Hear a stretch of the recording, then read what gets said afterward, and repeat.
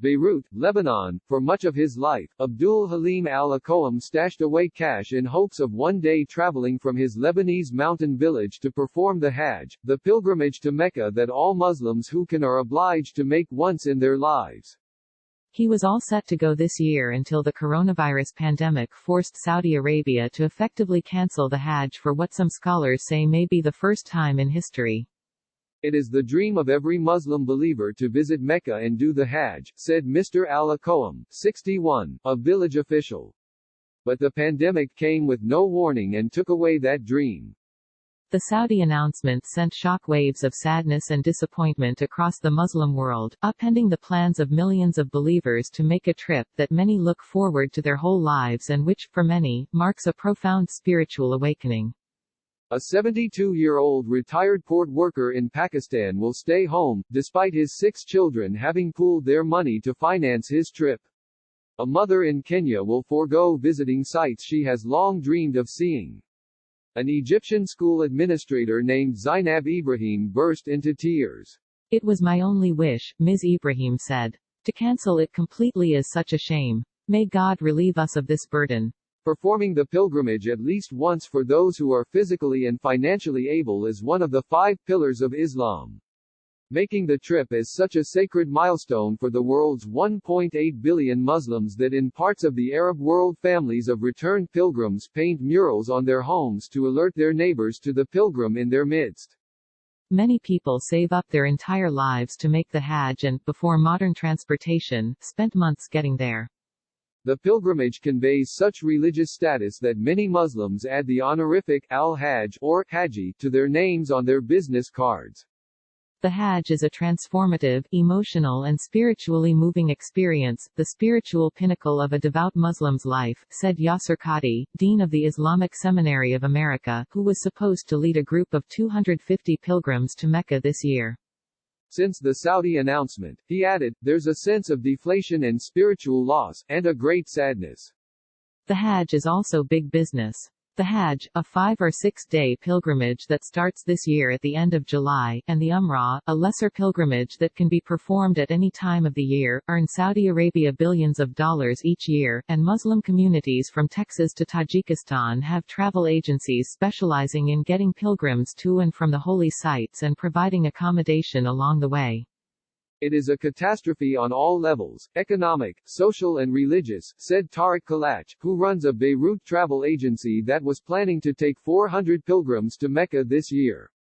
Pilgrimage packages cost from $3,000 to $10,000, he said. He also provides services to a number of Islamic associations that pay for groups of poor Muslims to make the trip each year. He said the cancellation was devastating, but that it was the right thing to do. It is a very dangerous virus and it will spread like a brush fire, he said. May the Almighty make things easy for the Muslims. The Saudi government, for which the Hajj is a major source of prestige and tourism, announced Monday that no pilgrims from outside the kingdom could perform the Hajj this year in order to prevent contagion. On Tuesday, Saudi officials narrowed the order, saying that only about 1,000 pilgrims would be permitted this year, a tiny fraction of the 2.5 million who came last year. The pilgrimage has been interrupted or curtailed many times because of wars and disease, but has faced no significant limits on attendance since the mid-1800s, when outbreaks of cholera and plague kept pilgrims away for a number of years.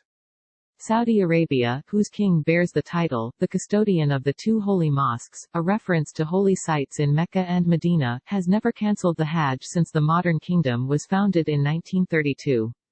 This is the first time in the global phenomenon of the Hajj that it has been cancelled in such a manner, said Dr. Qadi, the scholar.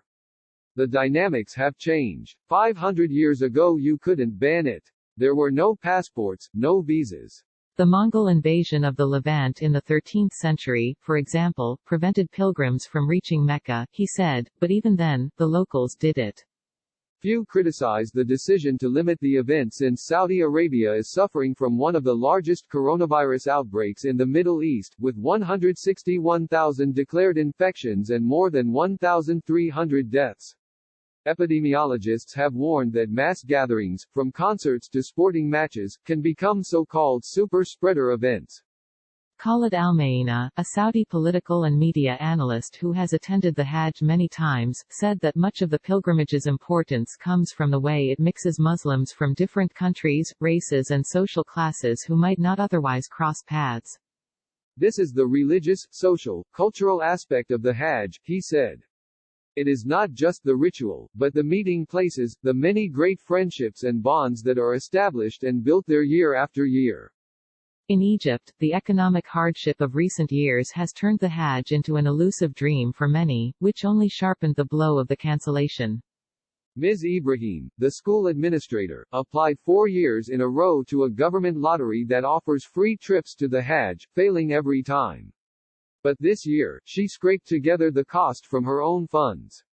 I wanted to go while my health is still good, said Ms. Ibrahim, 58, who earns about $175 a month. I didn't care about the cost.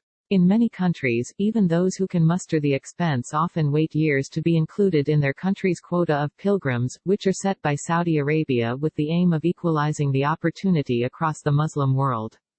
Imam Moki Turk, 45, said that 15 people from his embattled farming village in Kunduz province, Afghanistan, had been waiting for their turn to do the Hajj and that some of his neighbors had sold land to pay for it.